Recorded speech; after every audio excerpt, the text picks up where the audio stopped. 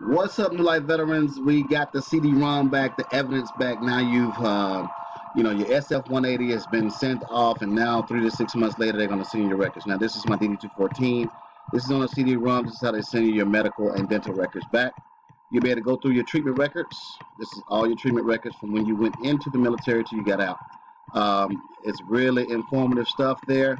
What you're supposed to do is look at every page and find issues. Right now there's a dislocation of a right thumb, MCP joint. You're writing down all the things that you're going to see in your report, medical and dental wise, that you are now suffering with. Okay, and if you're not suffering with it right now, you may suffer with it in the future. So it's imperative that you go through each and every piece of information that they send you. This is my medical examination when I went into the military. As you can see, I was age 17. I was 17 when I went in, age 17, from Birmingham, Alabama. So it tells you how you came in, your hearing test and all. You remember that MEPS and everything. I'm in good health. And then we go scroll all the way up, and then you start getting into, the real data. As far as x-rays of my right thumb injury. So this is proof right now. You got to understand with your causation or your injury in service. So you already know I got my right thumb injured.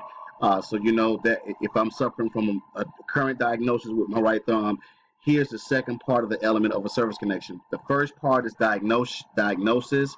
So if I have a diagnosis right now, my right thumb bothering me for its arthritis concern, which I do, okay? The second element is to have the injury or causation. You probably ask yourself, I don't know how many times I went to sick call. I was a hard charger. I didn't go to sick call, or I don't remember. Well, it's not about what you remember. It's what you can provide as proof, okay? So it's imperative that you get your medical service record. So this is x-rays of my right thumb, things of that nature. A lot of stuff that you probably not going to remember. This is when I was hitting the nose. Here's the x-ray, things of that nature, November 6, 1992. This is pertinent information and evidence because you got to provide competent, credible evidence when you're trying to make that claim. So a scar on my nose, I can claim. Deviated septum, which is a broken nose, I can claim because that's in my records. Now, if you don't have anything in your records, you're probably going to get a secondary claim. What I mean by that, let's say, for instance, if you're claiming sleep apnea, but you never went to the sick call. So I never went to sick call for sleep apnea. This is my naval hospital stuff in Oak Harbor, but I never went to sick call for sleep apnea. The only thing I have, and it's important that you guys look at this, the only thing I can prove is that when I go down and keep scrolling, let me go all the way down. I can scroll to when I had a dental exam as I was leaving. Let's see if I can pull that up. Remove fluid from the door. Naval Oak Harbor. Dental. Is this my dental records? Yes, this is my dental records now. Okay.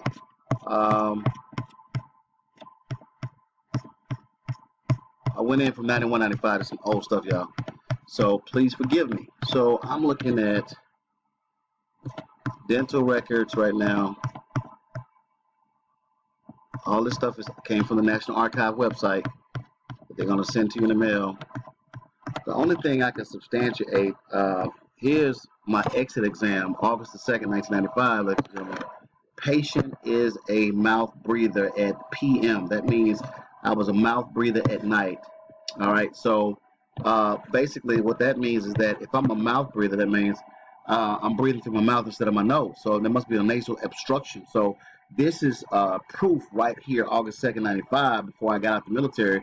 This was a separation dental exam. This can prove that you were suffering from sleep apnea, which was caused by the broken nose. So I can claim either direct, but I don't have a diagnosis in the military. I just have a complaint, which is still fulfills the injury or causation.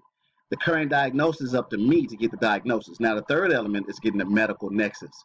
So I want you guys to understand, once you provide that information, or once you find your injury or causation, whether it's a direct service connection, direct meaning it directly, you can see it in your service record, your sick call records, that you would directly impact, or it's a secondary issue. What I mean by secondary is If I'm claiming sleep apnea and I don't have any proof in sick call, so that's got to be a secondary to something else. Something else got to aggravate something else. So, for instance, you could have hypertension or headaches secondary to something else.